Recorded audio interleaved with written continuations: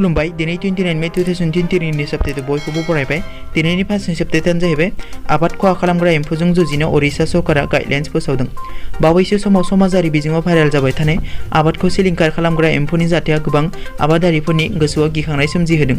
राजस्थान, उत्तर प्रदेश, मध्य प्रदेश आरो महाराष्ट्रफोर बायदि रायजोआव गथ'गुमा बायदि नुनाय एम्फौआ गुबुन हादर जेरै पाकिस्तान, इराननिफ्राय फैनानै गोबां आबादारिफोरनि आबादखौ सिलिंखार खालामगासिनो। बेखौ नोजोर होनानै ओडिशा सरकारा आबादखौ खहा खालामग्रा एम्फौजों जुजिनो गाइडलाइन्स फोसावो, जाहाथे गावसोरनि रायजोनि आबादारिफोरा जेबो खहा जाया। ओडिशा सरकारा आबादारिफोरखौ गावसोरनि आबाद खालामनाय जायगायाव निम बेगरजों बानायनाय मुलिखौ आरो गलाफोराव मोननाय निमजों बानायनाय मुलिखौ दैयाव गलायनानै आबादाव सारनो बिथोन होयो। बबेखानि ओडिशा सरकारा बुङो दि ओडिशाया बेबादि जाथायजों माब्लाबा मोगा-मोगि जायाखै, थेवबो जाथाया जानायनि सिगां सांग्रांथि थानाया गाहाम। 2 नम्बराव दङ वर्ल्ड चेम्पियन मीराबाई चानूनि मुंखौ अर्जुन बान्थानि थाखाय दैथायहरबाय। भारतीय लिरथाय दैखांग्रा गौतमा खेल रत्न बान्था देरहानो हाखांनाय बारग' वर्ल्ड चेम्पियन मीराबाई चानूनि मुंखौ अर्जुन बान्थानि थाखाय गेलेमु मन्थ्रि गौतमसिम दैथायहरबाय। अदेबानि खेल रत्न बान्था देरहानो हाखांनाय गेलेगिरिनि मुंखौ सिगाङाव अर्जुन बान्थानि थाखाय नमिनेट खालामनाय नुनो मोनफेराखैमोन, नाथाय बे खेबाव IWLFआ बे रोखोम खालामनानै बयनिबो गोसोआव सोंलु बेरखांहोदों।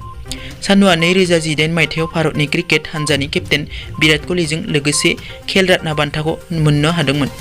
मख'नो गोनांदि मीराबाई चानूआ 2017 मायथाइयाव आमेरिकायाव खुंजानाय वर्ल्ड चेम्पियन 48 किल'ग्राम केटेगरियाव सनानि मेडेल देरहानो हादोंमोन। 3 नम्बराव दङ WhatsAppजों LPG cylinder booking online payment होनाया जागायबाय। भारत पेट्रलियम कर्परेशन लिमिटेडआ बाहायगिरिफोरनि सुबिदानि थाखाय हादरनाङै WhatsAppनि गेजेरजों संग्रा गेसनि बुकिं खालामनायनि सिबिथायखौ होनो फोसावबाय। हादरनि बयनिख्रुइबो देरसिन पेट्रलियम रानना होग्रा कम्पानिनि रिइनभेस्टमेन्टनि फारिलाइयाव बेखौ दोनदों। कम्पानियाव 7.1 कोटि LPG बाहायगिरिफोर दं। कम्पानिया फोरमायदों दि सिलिन्डार बुकिं खालामनायनि थाखाय मोनसे गोदान WhatsApp बिजनेस चेनेलखौ जागायदों। कम्पानिया बिबुंथियाव बुंदों WhatsAppआव बुकिं खालामनायनि नाम्बारा 1800224344 1800224344 आरो बाहायगिरिया गावनि रेजिस्ट्रेशन नाम्बार थामहिनबा जाय नाम्बारखौ गेसनि अफिसाव होदों बे नाम्बारजों बुकिं खालामहरनो हागोन। 4 नम्बराव दङ एकता कापुरनि नागिनफोर सिरियालआ बन्द जासिगोन। हादरनाङै फोसावनाय लकडाउननि गेजेरजों सावथुनफोर आरो टिभि श'फोरनि शुटिंआ बन्द जादों। बेनि जाहोनाव टिभि इन्डास्ट्रिया गाज्रि गोहोम गोग्लैदों। सुलुंनि बादिब्ला एकता कापुरनि श' नागिनफोरखौ कालार्स चेनेलआ बन्द खालामनो थांखि लादों। श'जों सोमोन्दो गोनां सुलुङा फोरमायदों दि ओरैनोथ' बे श'आ TRP चार्टआव बांद्राय मोजां दिन्थिनो हायाखैमोन, बेनिखायनो चेनेलआ बेखौ बन्द खालामनो थांखि लादों। सुलुङा बुंबावदों चेनेलआ मेकार्सखौ बुंदों दि महाराष्ट्र सरकारनिफ्राय गनायथि मोननाय लोगो लोगोनो बेनि जोबथा एपिसडखौ शुट खालामनांगौ, जाहाथे अडियेन्सआ थि समाव बेनि एन्डिंखौ नायनो हायो। बेजों लोगोसेनो मेकार्सनि सिगाङाव फैगौ सिजननि बिथांखिबो लाखिदों। 5 नम्बराव दङ कर'ना भाइरासखौ होबथानो नाजानाय बिगियानगिरिफोरा मोनसे हाबाफारि जाफुंसारनो हादों। कर'ना भाइरासखौ होबथानो नाजानाय बिगियानगिरिफोरा मोनसे आसा खालामनायखौ मोननो हादों। आनजाद नायनायाव मिन्थिनो मोननाय जादों दि कर'ना भाइरास बेराम जानाय सुबुंफोरनाव बेराम होबथानो हाग्रा जिबख्रि एबा T सेलआ गोबां खम जायो। ब्रिटेननि बिगियानगिरिफोरा T सेलनि अनजिमाखौ बांहोब्ला सुबुंफोरनि जिउखौ रैखाथि होनो हागोन ना हाया बेनि सायाव आनजाद नायदों।